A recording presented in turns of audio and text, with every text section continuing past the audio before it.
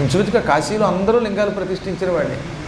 కాశీలో ఏ రేవులో చూసినా, ఏ ప్రాంతంలో చూసినా నువ్వు గింజంత స్థలం లేకుండా లింగాలు ప్రతిష్ఠించారు పూర్వం అందరూ.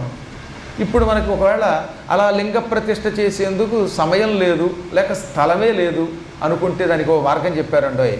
ఒక చిన్న శివలింగాన్ని చేత్తో పట్టుకుని మంత్రపూర్వకంగా పడవలో పెడుతూ గంగలో మధ్యలో వదిలేస్తే అది గంగానది మధ్యలో శివలింగ ప్రతిష్ఠ చేసిన మహాపుణ్యం ఇస్తుంది.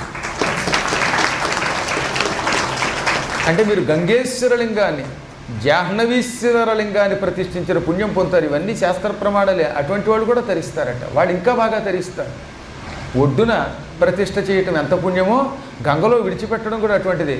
ఈ లింగాలు ఎన్నో అడుగున ఒక్కోసారి వేసవకాలంలో కొందరికి కాళ్ళకు తగులుతూ ఉంటాయండో ఒడ్డు కొట్టుకొచ్చి. అప్పుడప్పుడు గంగ అవతల ఒడ్డున స్నానం చేసినప్పుడు ఇప్పుడు ఎక్కడ ఏదగలమా మనం, అందులో దిగితేనే ఎగిరిపోతాం. అదే కాస్త కొంచెం నీరు తగ్గినప్పుడు ఏ వేసవకాలంలోనో నవంబర్లోనో, అదే మరీ సమ్మర్లో అయితే హాయిగా అలా దూకి ఈదచ్చు. అంటే నేను చెప్పింది ఈత వచ్చినవాడు, మరి మీరు తొందరపడి దొక్కండి. నేను దూకానని నా వెనకాతల వాడు దూకాడు, వాడిని రక్షించడానికి నలుగురు దూకారు. కాబట్టి ఒకళ్ళతో పోల్చుకోకూడదు. ఈ ఈత అనేది వాళ్ళ అదృష్టాలను బట్టి వస్తూ ఉంటాయి.